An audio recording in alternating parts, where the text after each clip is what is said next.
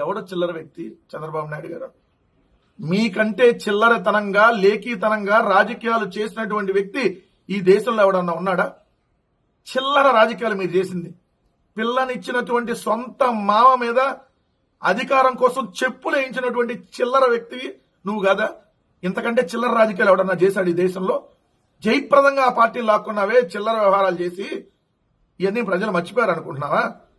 బతికుండగానే రామారావు గారి మీద నగ్నంగా కార్టూన్లు వేయించి ఏదైతే నువ్వు ఈనాడులో రాయించినటువంటి రోత కార్టూన్లు మర్చిపోయారా? నువ్వు చేసినటువంటి చిల్లర రాజకీయం, నీ చిల్లర రాజకీయం.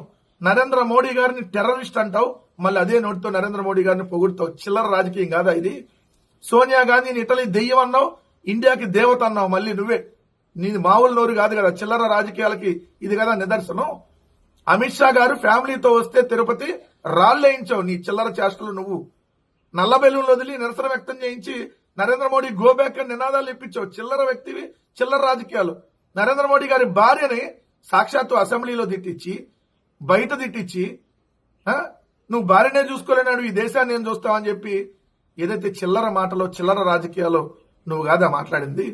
మీరు బతికుండగానే మనుషుల్ని చంపుకు తినేటటువంటి చిల్లర రాతలు, చిల్లర చేష్టలతో మీ తెలుగుదేశం పార్టీ వ్యవహరించినటువంటి తీరుని మర్చిపోయావు నువ్వు. చిల్లర రాజకీయాలకు ఆద్యుడు నువ్వు, చిల్లర రాజకీయాలకు కేర్ ఆఫ్ అడ్రస్ నువ్వు. చిల్లర రాజకీయం అంటేనే care of address Telugu Desam party. Tirumala లడ్డులో జంతువుల కొవ్వు కలిసిందని చెప్పి మనిషి అనేవాడు ఎవడన్నా మాట్లాడతాడా? ఉన్మాదకరమైనటువంటి రీతిలో మాట్లాడినటువంటి నీది చిల్లర పార్టీ కాదు, ఉన్మాదకరమైనటువంటి పార్టీ, ఉన్మాదకరమైనటువంటి వ్యక్తులు మీరు. మొన్నటికి మొన్న కూడా చూస్తే ఏదైతే కదిరిలో జనసేన కార్యకర్తని బలి చేశారు కదా మీ రాజకీయాల కోసం. వైసీపీ కార్యకర్త అని చెప్పి రోడ్డు మీద కొట్టి తీసుకుని వెళ్లి బలి చేసింది మీరు కాదా మీ చిల్లర రాజకీయాల కోసం? ఓటుకు నోటు, ఏదైతే సీటుకు నోటు మీ గుర్తుండే ఉంటది. ఎమ్మెల్సీ ఎన్నికల కోసం తెలంగాణలో 5 కోట్లు పెట్టి ఎమ్మెల్సీని కొనుగోలు చేయడం కోసం బ్రీఫ్డ్ మీ ఓటుకు నోటు. చిల్లర రాజకీయాలు చేసింది ముఖ్యమంత్రిగా ఉండి నువ్వు కదా. మొన్న మీ కొలికపూడి శ్రీనివాస్ చెప్పాడు, మీ ఎమ్మెల్యే, నేనైతే నా సీటు కోసం డబ్బులు ఇచ్చానని చెప్పి. సీటుకి నోటు, ఓటుకి నోటు. ఇంతకంటే చిల్లర రాజకీయాలు ఏమైనా ఉంటాయా? వైఎస్ఆర్ కాంగ్రెస్ పార్టీ నుంచి గెలిచిన 23 మంది ఎమ్మెల్యేలని సంతలో పశువుల్లాగా కొని 4 మంత్రి పదవులు ఇచ్చి నువ్వు చేసినటువంటి చిల్లర రాజకీయం, మహిళల మీద మీరు చేసినటువంటి చిల్లర ప్రచారం, దుష్ప్రచారం, రోజా గారి మీద కావచ్చు, లక్ష్మీపార్వతి గారి మీద కావచ్చు, సాక్షాత్తు భారతమ్మ మీద కూడా మీరు చేసినటువంటి దుష్ప్రచారం. ఇంతకంటే చిల్లర రాజకీయాలు మనిషిని ఎవడెవడన్నా చేస్తాడా? నీ జూనియర్ ఎన్టీఆర్ తల్లిని అంటే నందమూరి తారక రామారావు గారి కోడల్ని మీ తెలుగుదేశం పార్టీ ఎమ్మెల్యే చేత తిట్టించావే. చిల్లర తనం ఇది కాదా? ఇంతకంటే లేఖీతనం, ఇంతకంటే లేఖీ పాలిటిక్స్ ఏమన్నా ఉంటాయా? నీలాంటాడితో ఈరోజు రాజకీయాలు చేయటం అనేది నిజంగా చిల్లరతనం. నువ్వు నిజంగా నీలాంటాడు ఈ రాజకీయాల్లో పనికిరాడు. ఇలాంటి రాజకీయ నాయకులతో నేను రాజకీయం చేయాలంటే ఆ రోజు వాజ్పేయి గారితో రాజకీయం చేసి ఈరోజు ఇలాంటి చిల్లర రాజకీయాల్లో నేను భాగస్వాములు కావాలనుకున్నప్పుడు ఒకసారి బాధేస్తుంది. కానీ ఓసారి ఆలోచిస్తున్నాం, ప్రజల కోసం అనునిత్యం పనిచేస్తాం, మీకు మెచ్చే పరిపాలన ఇస్తాం, మీ జీవితాలకు వెలుగునిచ్చే విధానాలు తీసుకొస్తాం. ఎంతమంది ఎన్ని చెప్పినా, ఎన్ని అడ్డంకులు సృష్టించినా ఈ యాత్ర ఆగదని చెప్పి నేను మీకు తెలియజేస్తున్నా. నా ఆలోచన ఒకటి, సంపద, ఆనందం, ఆరోగ్యం, ఈ 3 ప్రతి ఒక్కరికి అందించే దిశగా ముందుకు పోతున్నాం. దీనికి ఆ రోజు వాజ్పేయి గారు నాకు స్ఫూర్తి, ఎన్టీ రామారావు గారు స్ఫూర్తి. ఇప్పుడు నాకు పూర్తిగా సహకారం ఇచ్చే వ్యక్తి నరేంద్ర. ఆర్డర్ కనుక దెబ్బతింది అంటే మటుకు టూరిజం దెబ్బతినేస్తాయి రాష్ట్రంలో.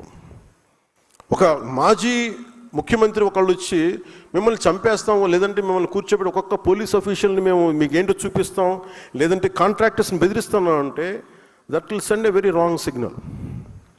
అలాంటి వ్యాఖ్యలకి నా సమాధానం ఒకటే, పర్మనెంట్గా ఇలాంటి మాటలు రాకుండా ఉండాలంటే నాకు ఏం చేయాలో చాలా బాగా తెలుసు నాకు. అని మీరు ఇంక బెదిరించడాలు మానేసేయాలి. వైసీపీ నాయకులకు మీరు బెదిరించడం మానేసేయండి. ఇంకా మీరు ప్రజాస్వామ్య వ్యవస్థలో ప్రజాస్వామ్య పార్లమెంటరీ భాషకి మీరు రండి. ఇంకా మీరు బెదిరించడం మానేయాలి. అలాగే ఎవరన్నా అధికారులు కానీ ప్రజల్లో కానీ ఎవరన్నా ఉంటే ఒకవేళ వాళ్ళు వచ్చేస్తారేమో అప్పుడు ఏంటి, అలాంటి పరిస్థితులు రావు. ఎందుకు రావు కూడా చెప్తాం. దీనికి నేను లాజికల్ రీజనే చెప్తాను. మీరు ఎంత కొట్టుకున్నా కొట్లాడినా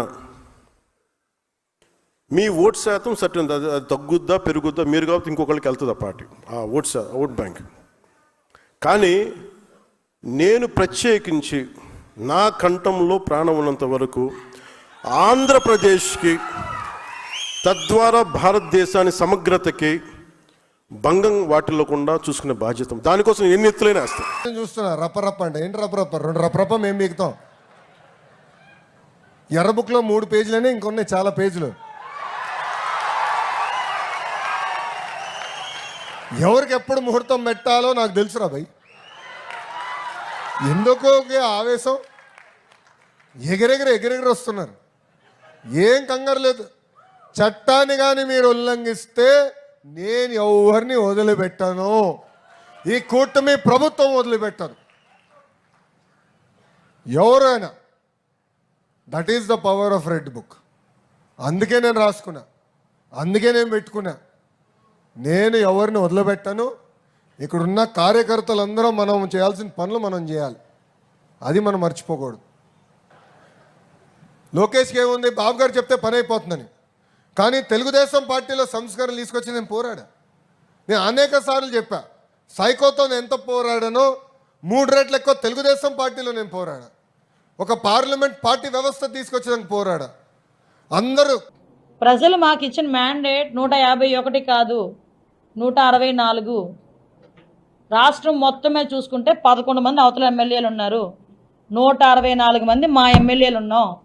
నిజంగా మేము దాడే చేయాలి, మేము కక్షే సాధించాలి, లేదు అవతల వాడు అంతే చూడాలి అనుకుంటే ఈ రోజుకి మిగతా 164 నియోజకవర్గాల్లో ఉన్న వైఎస్ఆర్సీపీ నాయకుడు ఎవడైనా రోడ్డు మీద తిరగలడా? చెప్పండి ఒకసారి. మీరు విషయం వినండి. మీరు అడిగారు, నేను సమాధానం చెప్తున్నా. నేనేం చెప్తున్నానంటే, ఇలాంటి యాటిట్యూడ్, అలాంటి బిహేవియర్ మాకు లేదు. At the same time Chandrababu Naidu గారు చాలా క్లియర్గా కక్ష సాధింపు చర్యలు మేము చేయమని చెప్పారు. కాబట్టే దెబ్బతిన్న కార్యకర్త కూడా నాయకుడు మాట మీద ఇంట్లో కూర్చున్నాడు. కానీ ఎవరైతే అన్యాయం చేశారో, అవినీతి చేశారో అలాంటి వాళ్ళని మాత్రం యాజ్ పర్ రూల్ వాళ్ళు పనిష్ చేస్తాం. ఓకే, మీరు ఇందాకన్నా దాడులు జరుగుతున్నాయని.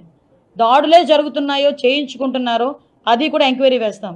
నిజంగానే దాడి జరిగింది అనుకోండి, డెఫినెట్గా వాళ్ళ మీద చర్యలు తీసుకుంటాం. మా పార్టీ వాళ్ళనే చర్యలు తీసుకుంటాం.